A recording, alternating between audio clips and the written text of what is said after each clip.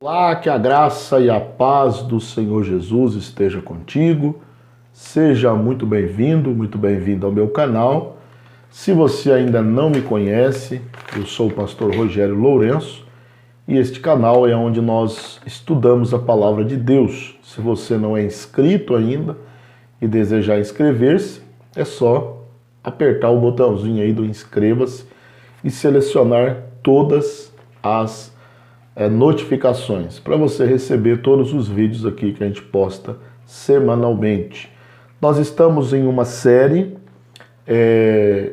intitulada Série Apologética, onde nós estamos estudando alguns grupos religiosos e comparando as suas doutrinas, algumas delas, logicamente, com o que a palavra de Deus diz. Então, se você ainda não assistiu os outros vídeos, é só acessar a playlist, Série Apologética, que você vai assistir os vídeos que já estão lá, falando de outros grupos religiosos. Hoje nós vamos falar algumas doutrinas do catolicismo romano. E como eu disse nos outros vídeos, eu volto a enfatizar. Esse vídeo não é para denegrir a imagem de ninguém, para menosprezar ninguém. Nós estamos aqui respeitosamente comparando as doutrinas destes grupos religiosos com o que a Bíblia realmente ensina. É isso que nós estamos fazendo simplesmente. Não estamos atacando pessoas, nós estamos aqui respeitosamente interagindo com você e trazendo um pouco de conhecimento e uma comparação do que a Bíblia diz sobre certas doutrinas ensinadas por esses grupos. Então, hoje nós vamos falar de 4 doutrinas, 4 ensinamentos que são usados no catolicismo romano, na Igreja Católica Romana. O primeiro é a infalibilidade papal. Então, segundo a Igreja Católica Romana, o Papa é infalível em questões referentes à fé. Então, quando o Papa decide uma interpretação da Escritura e emite um documento, aquele documento ele é infalível, ou seja, não há erro naquilo ali. Agora, a Bíblia diz em Eclesiastes capítulo 7 e versículo de número 20, nós vamos estar vendo aqui, Eclesiastes 7:20, não é muito bem isso que a Bíblia diz, Porque a Bíblia diz que não há um homem, um ser humano que não erre. Versículo 20, na verdade, não há homem justo sobre a terra que faça bem e nunca peque. Então, o Papa, ele não é infalível, porque ele é um ser humano como qualquer outro. Ele é um pecador como qualquer outro, porque não há um homem sobre a face da terra que não peque.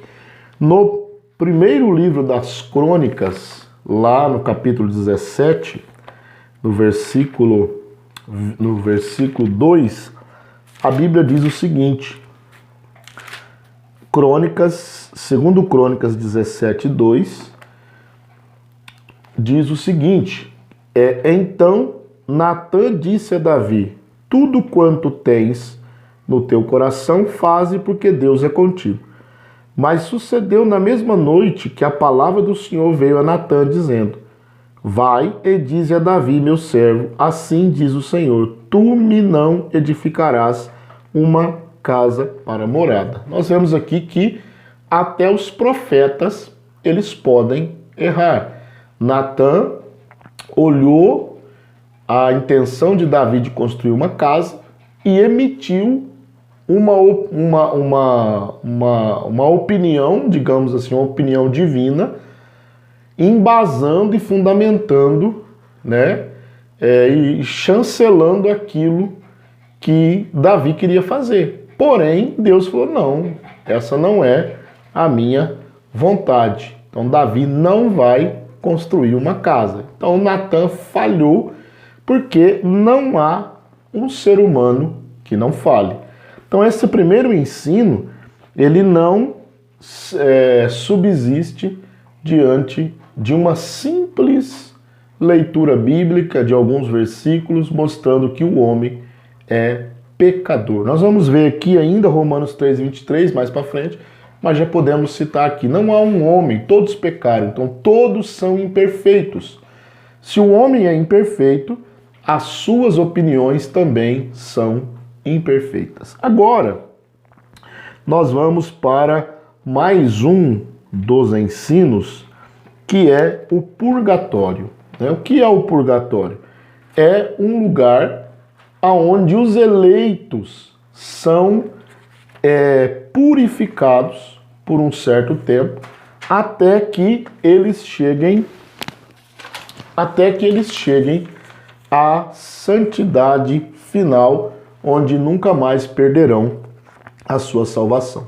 Porém, a Bíblia, ela não mostra em lugar algum este purgatório, este lugar de tormento temporário. Muito pelo contrário, a Bíblia diz de um fogo eterno, que nunca se apaga. E outra, em 1 João capítulo 2, 1 de João capítulo 2, no versículo de número 2 também, 1 de João capítulo 2, e versículo 2 diz o seguinte: Ele é a propiciação pelos nossos pecados, e não somente pelos nossos, mas também pelos de todo o mundo. Então, o que purifica os nossos pecados não é um fogo do purgatório, é o sangue de Jesus. Na mesma epístola, no capítulo 1, versículo 6, versículo 7 diz: Mas se andarmos na luz como ele na luz está, temos comunhão uns com os outros, e o sangue de Jesus Cristo, seu Filho, nos purifica de todo pecado. Então, o que purifica o pecado não é o purgatório, não é um fogo que vai expurgar, vai purgar, né, a alma do eleito até que ele se torne perfeito para entrar no reino eterno de Cristo. E o escritor aos Hebreus, no capítulo 9, no versículo 27, ele diz que ao homem está ordenado morrer uma só vez, vindo depois o juízo. Então, depois que a pessoa morre, o seu destino já está selado. Ou ele está salvo, ou ele não está salvo. Porque o juízo já está sobre ele. Não tem uma segunda chance após. A pessoa foi pecadora, mas não foi tão pecadora assim. Então ela vai ter uma chance vai sofrer um pouquinho, mas vai ter uma chance de entrar no reino eterno de Cristo. Isso não tem base bíblica, porque o que perdoa, o que nos limpa, o que nos purifica do pecado é o sangue de Jesus. Nós temos também uma terceira doutrina, um terceiro ensinamento, que é a questão da Maria, né? De Maria. Maria, segundo o catolicismo romano, ela era perfeita, imaculada. Porém, nós já citamos aqui Romanos 3:23, que diz que todo homem, todo ser humano, todos pecaram, sem distinção de nenhum. Vimos em Eclesiastes 7:20 que não há homem que não peque. Vimos até o profeta Natã errando, né, em uma emissão de uma mensagem divina. Vimos o próprio Davi pecando várias vezes, o próprio rei Salomão. O único que não teve pecado foi o próprio Senhor Jesus Cristo. Então, lá na primeira epístola de João, que nós já até citamos, mas agora vamos ler o versículo 8, capítulo 1. Capítulo 1, versículo 8 diz: Se dissermos que não temos pecado, enganamo-nos a nós mesmos e não há verdade em nós. Então, não há, se eu disser que eu não tenho pecado, eu estou enganando a mim mesmo. Maria, ela merece o nosso respeito como uma mulher de Deus, escolhida por Deus, né, para ser a mãe do Salvador. Porém, chegar ao ponto de dizer que ela não tinha pecado, foi para o céu imaculada, sem nenhum tipo de pecado, é forçar uma interpretação bíblica, né, forçar um texto bíblico para fundamentar uma doutrina que não está na Bíblia Sagrada. Então Maria, ela, apesar de ter sido escolhida por Deus, ela também era um ser humano e, como tal, tinha o pecado na sua vida. Mais um ensinamento que nós olhamos na Igreja Católica é o batismo de crianças, né? É o batismo, segundo eles, regenerador. A primeira coisa, o batismo, ele não é regenerador. O que regenera a pessoa é o Espírito Santo. João 16:8 diz que ele vem, convence o homem do pecado e do juízo. Ele convence. E lá em João 20:22, Jesus, ele assopra sobre os discípulos e diz para eles: recebei o Espírito. E ali nós entendemos que foi a primeira vez que eles receberam o Espírito Santo na vida deles e agora eles estão sendo regenerados. Não é o batismo que regenera o ser humano. A primeira coisa. A segunda coisa é que o próprio Jesus, ele não foi batizado quando criança. O próprio Senhor Jesus. Então, se você abre a sua Bíblia em Lucas, capítulo de número 3, Lucas, capítulo de número 3, você vai ver aí,